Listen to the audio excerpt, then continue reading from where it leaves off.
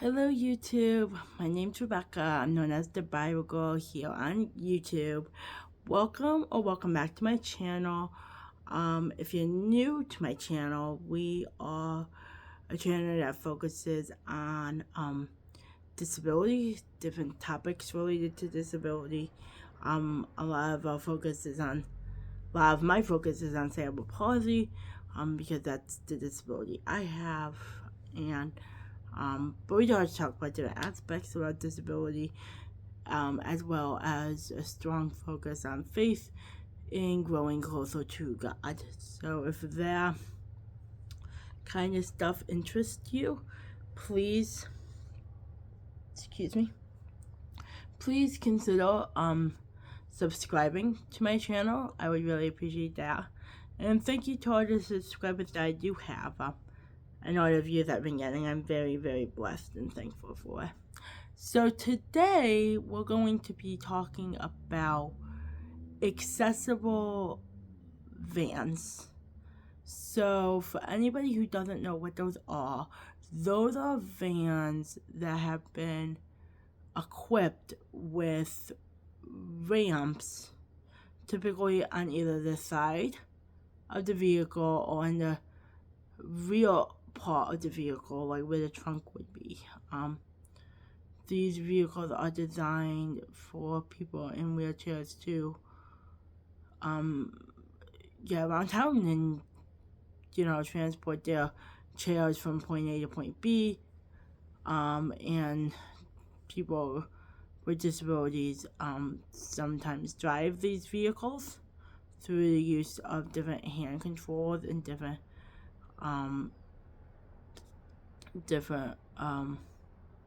specialized equipment that allows that to be possible for them. I don't know a whole lot about that part of vehicles because I don't drive, so I can't really provide much information about that. Unfortunately, maybe there's other YouTubers that do talk about hand controls and driving. I'm not sure. But I personally can't give much information on that. All I can tell you that they exist. I know they exist. So, moving on. But what I can tell you about is the different makers of vans and my experience with vans and where I am now. So, that's what we're going to be discussing today. So, I'm also going to try to leave links to all the different types of accessible vans that are available. So if anybody wants to look at them and get some more information, we can get more information about them. So I'm gonna try to do that too. So starting off, the earliest vans that I can remember my family and I having were these very large vans, full-size vans.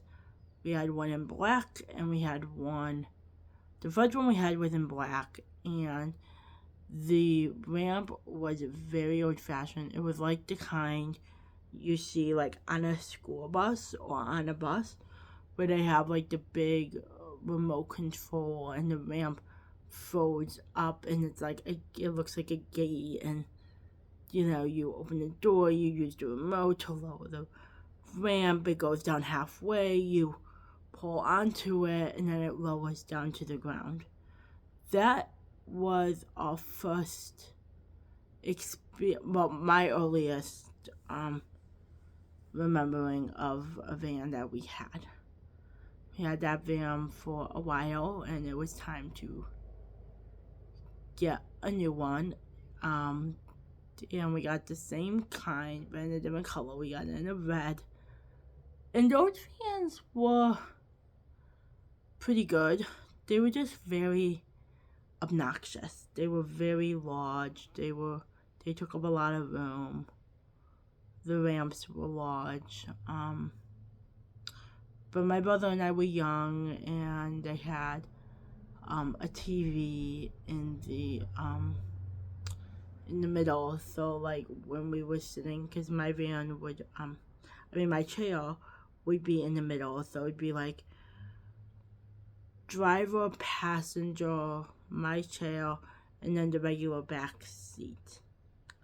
And there was a TV right in the back where both me and my brother could watch movies and stuff when we were young. So those were the first two vans that we had. And like I said, I also can't say much about how they drive because I don't drive, but for the most part, those vans were pretty good. I don't remember what make they were. Maybe they were Chevy. I really don't know. So then, I'm not really clear on my ages at this point either. But the next van we got was a minivan, and it was a like sky blue minivan, and it had automatic doors, so you would just push a button and the doors would open and lower the ramp. It was a nice little car. It worked pretty well. So I believe that might have been a Dodge, possibly. I don't think it was a Dodge. I'm not really sure of what ones we had this time. But that one served us pretty good. But as always, cars change, and we need to get new ones. So then it was time to get, I believe in that blue car we began to get an easy lock system. So for anyone that's not familiar, I don't think they call it an easy lock anymore. I think they call it something else. But it's a system that they put in the vehicles, because typically, if you've seen a wheelchair in a vehicle, it usually gets tied down in 4 areas: 2 in the front and 2 in the back. and that's what keeps the wheelchair secure in place while the vehicle is being driven. But the problem with those is that somebody has to physically tie you down. Another person has to do it.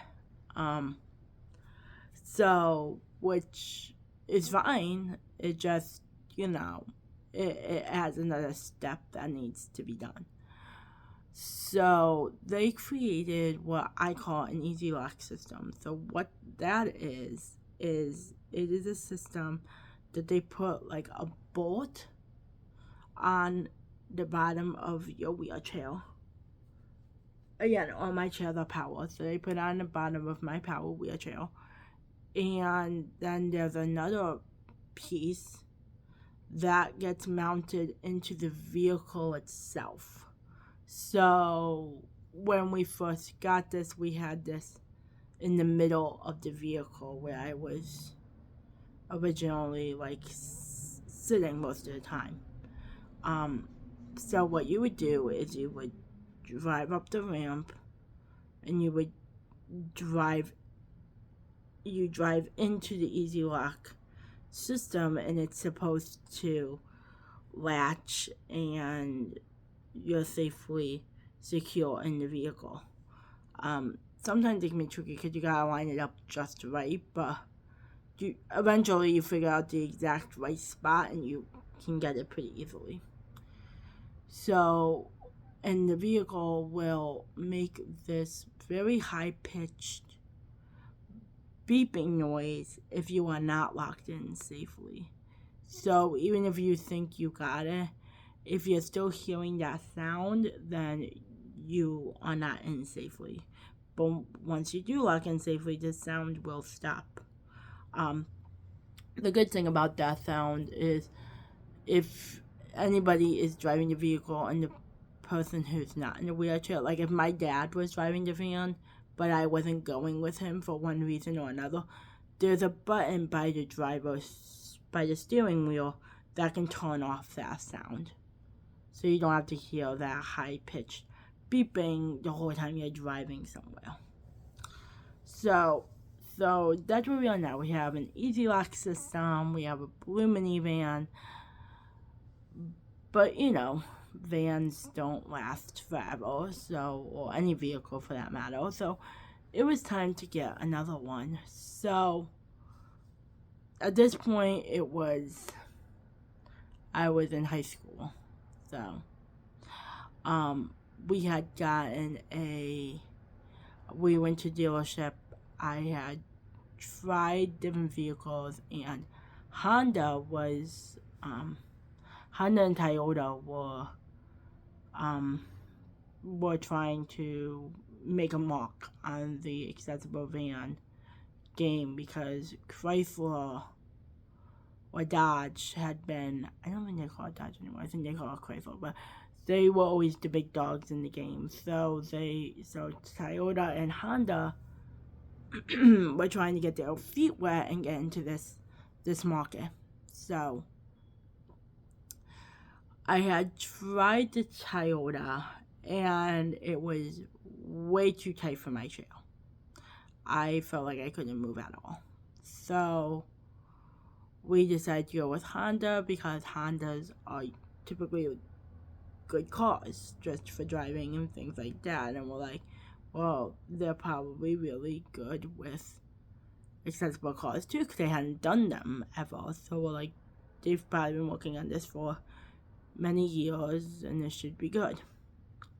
So we got a Honda Odyssey, I think it was called.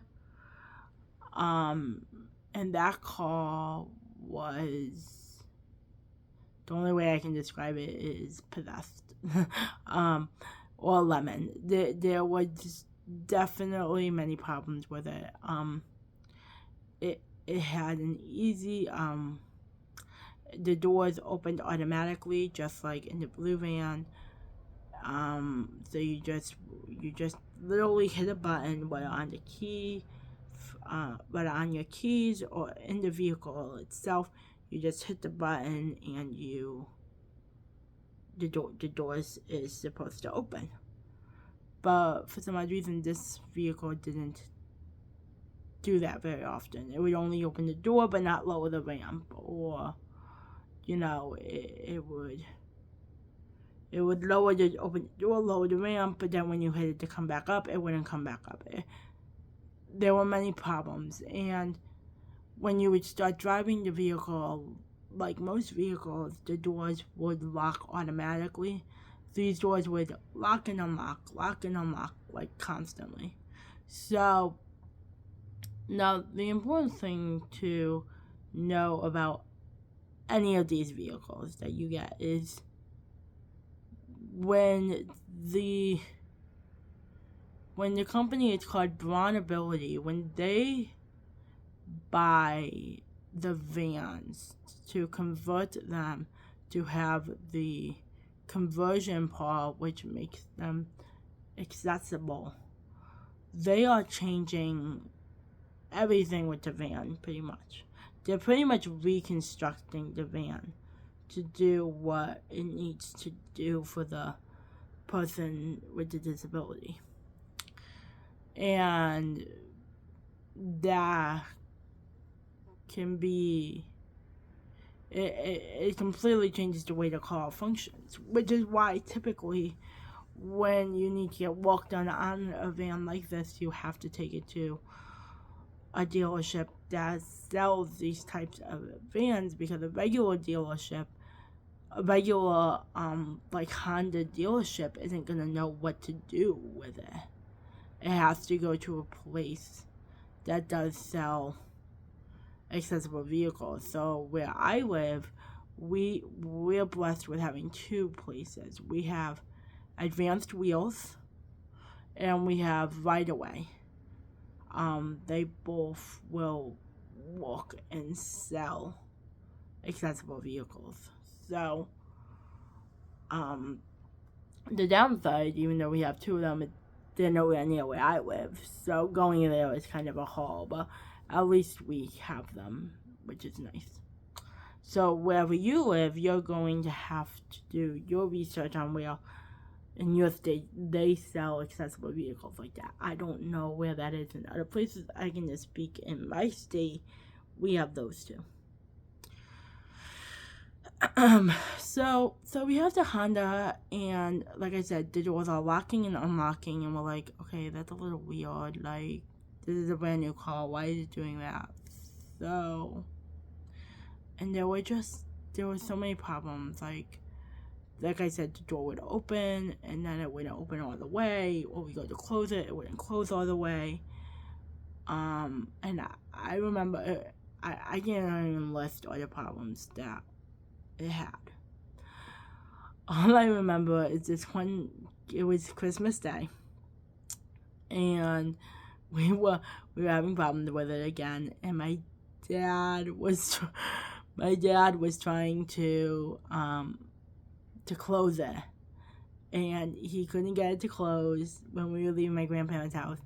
So we literally drove. We got the ramp up, but we couldn't get the door to close. So we actually drove home on Christmas Day with the door half open. Thank goodness my grandparents only lived like 10 minutes down the road at that time, so it was fine. But then when we got back home, we got me out of the car. My brother got out of the car too, and my dad was trying to get it to close, and he couldn't get it to close. He actually, because the way it opens is on like a track, right? It kind of moves on a tracking system that slides the door to the left or to the right. So it slides it to the left to open it, and slides it to the right to close it. So the track wasn't working, so we couldn't get it to close. So my dad's like pulling, and he actually pulled the door off of the van. It was the craziest thing ever. And remind you, it was Christmas Day. So it was so funny, and my family and I still joke about that to this day. So excuse me. So yeah, that van definitely gave us problems, and definitely by that Christmas we were all done with this vehicle, and we're like, we need to change. So we got a new vehicle in 2014, 2013 or 2014. And mind you, we got this vehicle in like 2011, so we really didn't have it that long. We were really having a lot of problems with it. So when it was time to get a vehicle again, we went all manual. We did not have automatic doors. We did not have an automatic ramp. We didn't want anything automatic. We wanted everything with the conversion to be manual. And that was good. Obviously, we didn't have any problems with the ramp as far as the opening and closing or any of that. The problem was it really limited my independence, because I would physically need to wait for somebody to open and close the ramp for me to get in and out of the car. So that was kind of a negative, but it was worth it in my mind because we had so many problems with the Honda. We even like I was going to college and we were having problems with it there. I remember I think it wasn't opening or something, and a nice gentleman, I don't know who it was actually getting on the floor of the parking lot to see what was going on underneath, like in the track of the door, and it was like the dead of winter. So yeah, it was very sweet of that man to try to help, but he didn't really understand, but it was really nice of him. So we got the Dodge we got the Chrysler 2014 and all manual, and we didn't really have any problems with that one for the first handful of years. As far as the conversion part goes, we were having issues with like the heating and the AC in the van. So, and like I said earlier, when you get these types of vans, we worked everything in the van, from the AC to the heat to the flooring. All of it's been converted because of the conversion part of the vehicle. So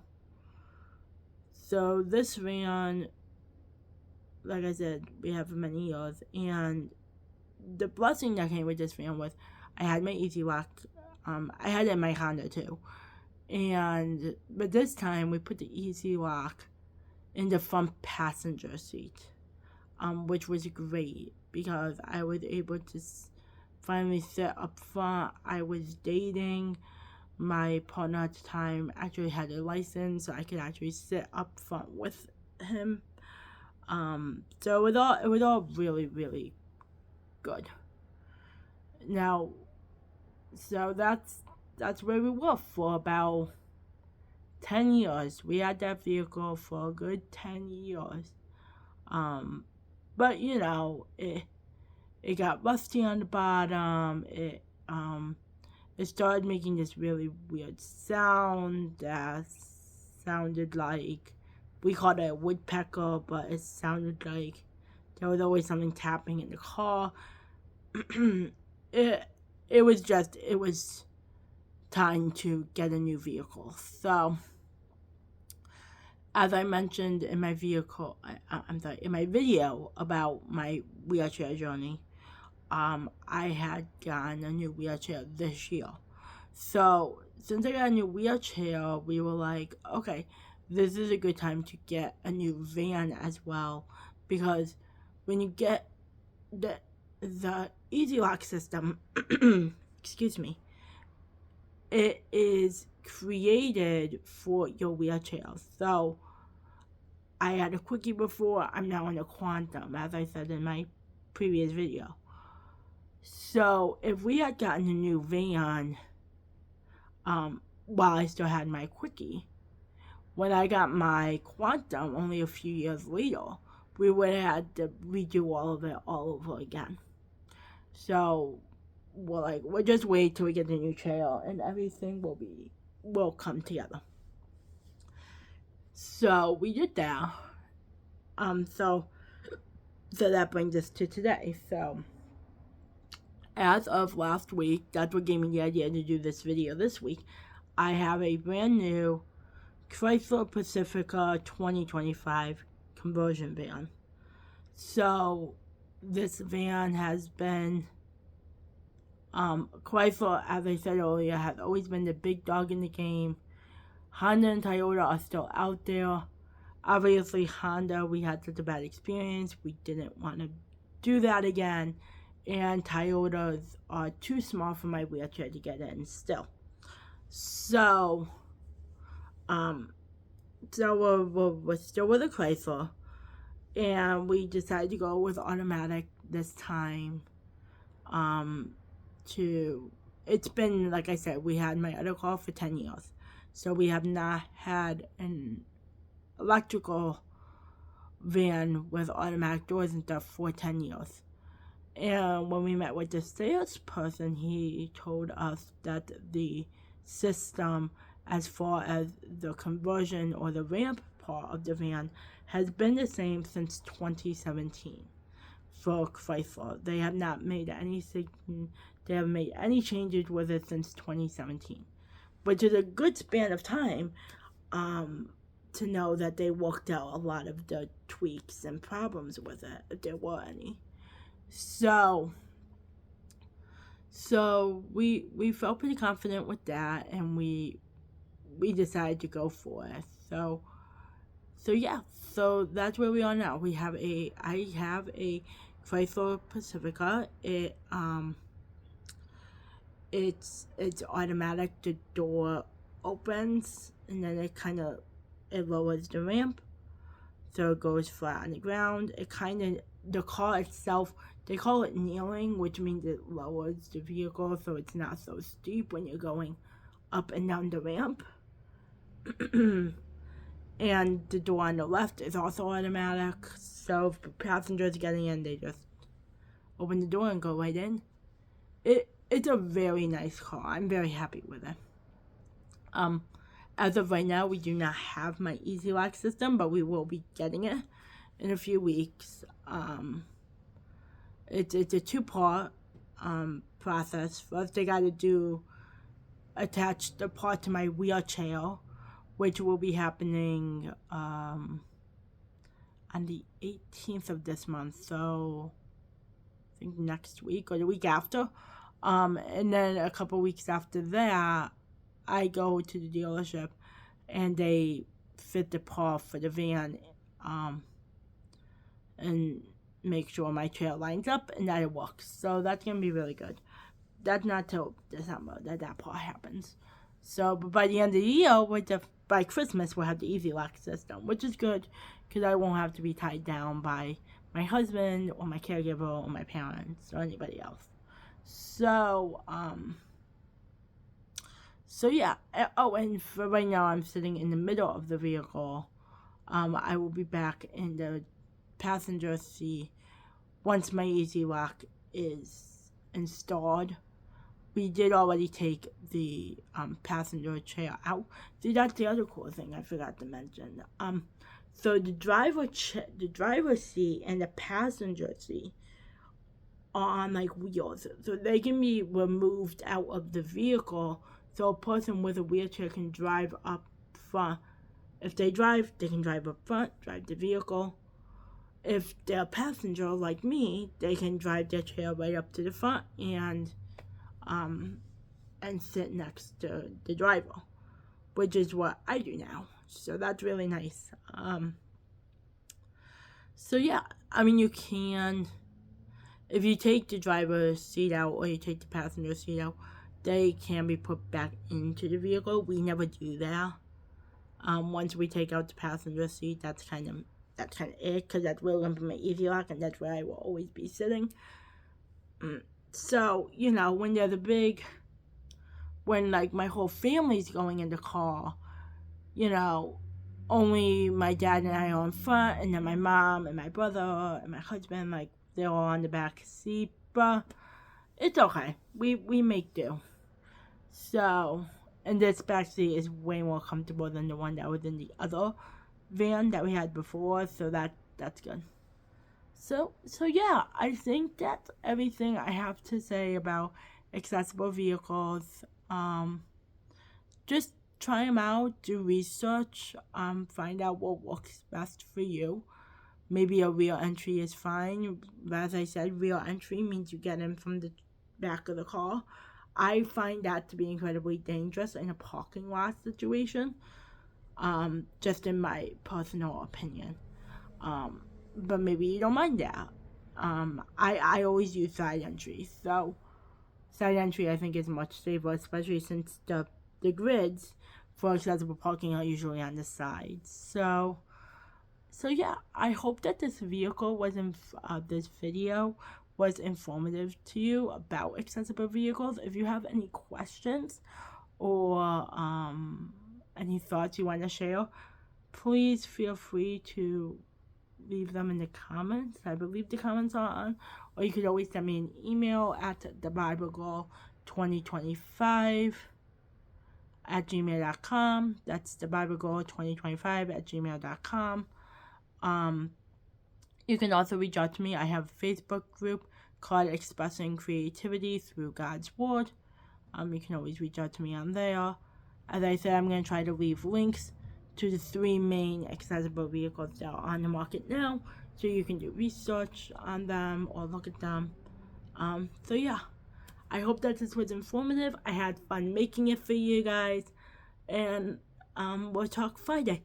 I'm thinking on Friday I'm going to be sharing some of the things I'm going to be using for 2026.